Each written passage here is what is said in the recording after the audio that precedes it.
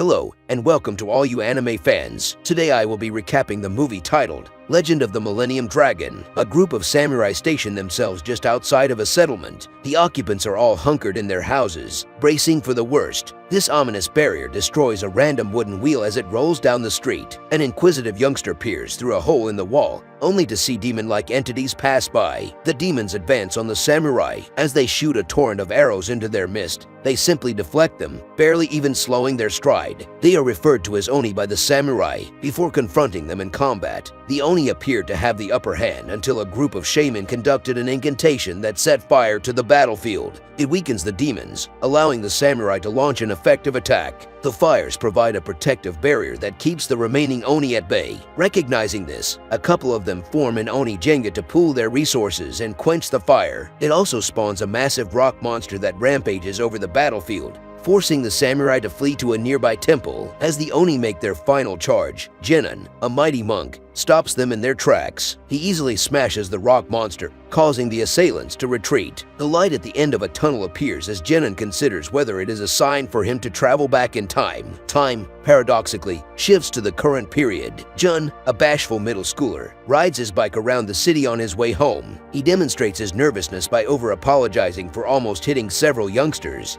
despite the fact that it was not his fault. He even avoids confronting his peers when they knock over several bikes he had earlier organized. Some otherworldly being appears to be following him as he walks outside a store. He comes upon a sign that reads, "Have the courage to do the right thing." This brings up a sorrowful memory for Jun as he recalls his father's burial, who died while protecting a youngster. Still depressed, he sits alone eating a sandwich when he is joined by a dog. As he feeds the dog, it detects something sinister and begins barking. A gateway opens, and a minion emerges. Jun flees, and the tiny demon chases him around the neighborhood. When he is cornered, he flees into a temple. The Oni vanishes after being repelled by a barrier. The middle schooler, hiding at the top of the stairway, looks to see whether the demon followed. With the coast clear, he wonders if a building has always been here. He follows a responsive voice as he asks for the temple's keepers until he comes face to face with Genon. Jun regrets entering without permission. The monk's primary concern is his wounded hand. The small child explains that he was attacked by a monster and he offers to take care of the injuries. Genon brings Jun to a chamber covered in a painting depicting the same monsters that attacked him.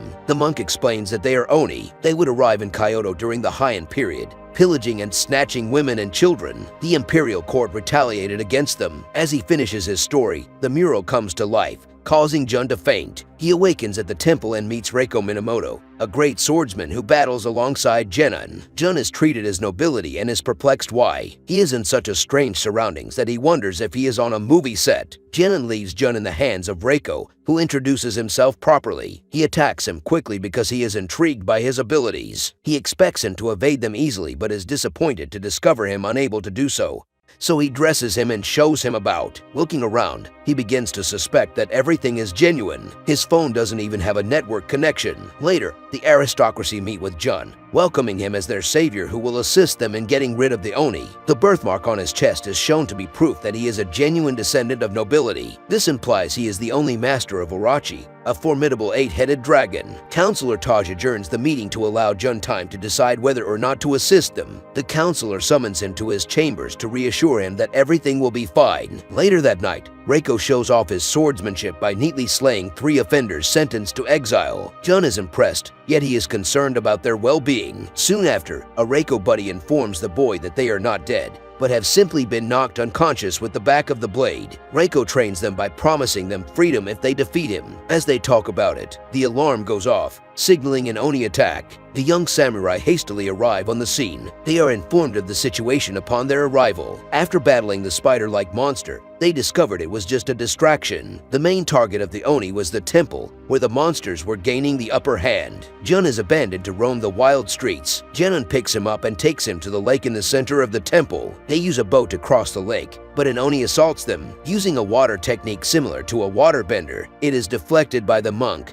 destroying the boat. The strong Oni then unleashes another assault. Reiko, on the other hand, intercepts it before it can strike them, forcing the demon to flee into the water as his subordinate deals with a small squad of monsters. He leads Jun to the slumbering Orochi. The monk orders Jun to repeat an incantation in a hidden location. When he sees Reiko in distress, he unleashes Orochi without using the incantation to break the dragon's seal. This generates a large explosion, scattering debris all throughout the temple. He rides the dragon onto the battlefield, causing the demons to flee in terror. The monk is awestruck by his ability to wield such power. He goes on to say that Orochi hears his thoughts and answers. The dragon exits, carrying its new owner on its back. The next morning, Orochi lets Jun off in an unfamiliar place, where he encounters the injured Oni that assaulted them on the lake. To Jun's amazement, the demon stumbles towards them, but an arrow from nearby troops knocks off the mask, exposing a young girl. The troops demand that he give them custody of her, but he refuses. Orochi swoops down and lifts them away, sensing his uneasiness. Jun asks his new partner to take them somewhere she can be treated. It takes them to the Oni's village where their leader Wadatsumi prevents hostilities towards him, stating that Jun is the one they have also been waiting for. They host him in their village, which is surrounded by Oni. To put him at ease, the leader requests that they remove their war masks. The girl he rescues identifies herself as Mizuha, Wadatsumi's granddaughter. She apologizes for her previous actions and then takes him on a tour of the village, emphasizing that they are not the devils that everyone portrays them to be. Instead, the Oni are ordinary humans who wear battle masks to create the impression of demons. They are the original stewards of the land that Genon and the nobility attacked and drove them out of. Back at the village, they hold a banquet for Jun, and Wadatsumi reveals Genon's ultimate objective: to obtain the power of the lake using Orochi. With it, even the gods can't match him. It was the monk who used his power to bring him to this era. With such conflicting stories coupled with pressure by Mizuha, Jun leaves on Orochi. She also jumps on following him. They are later found by Reiko, who seems to have history with the village. Later, Jun asks Mizuha to return him back to his time, but the ritual is interrupted by some soldiers who cause an explosion. Suna and Kenta save him,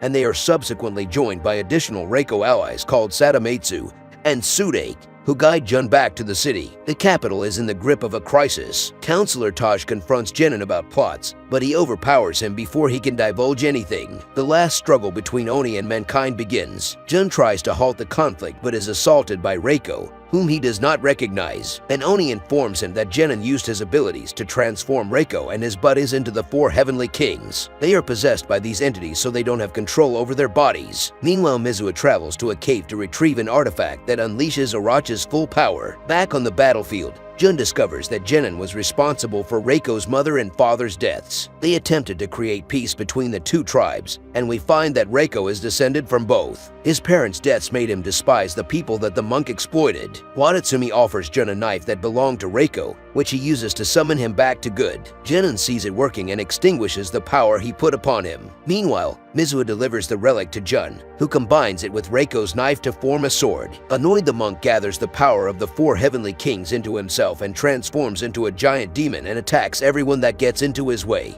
Even his own people. Everyone tries desperately to take down Genon, but he is just too powerful. Not wanting any more bloodshed, Jun unleashes all his powers and begins glowing. Orochi, who has power over the water and controls all water, is transformed into its final form, the true Yamada no Orochi, and eventually defeats Genon. The film ends with Jun back in his own time and in his school uniform, now with more confidence and getting on with his life.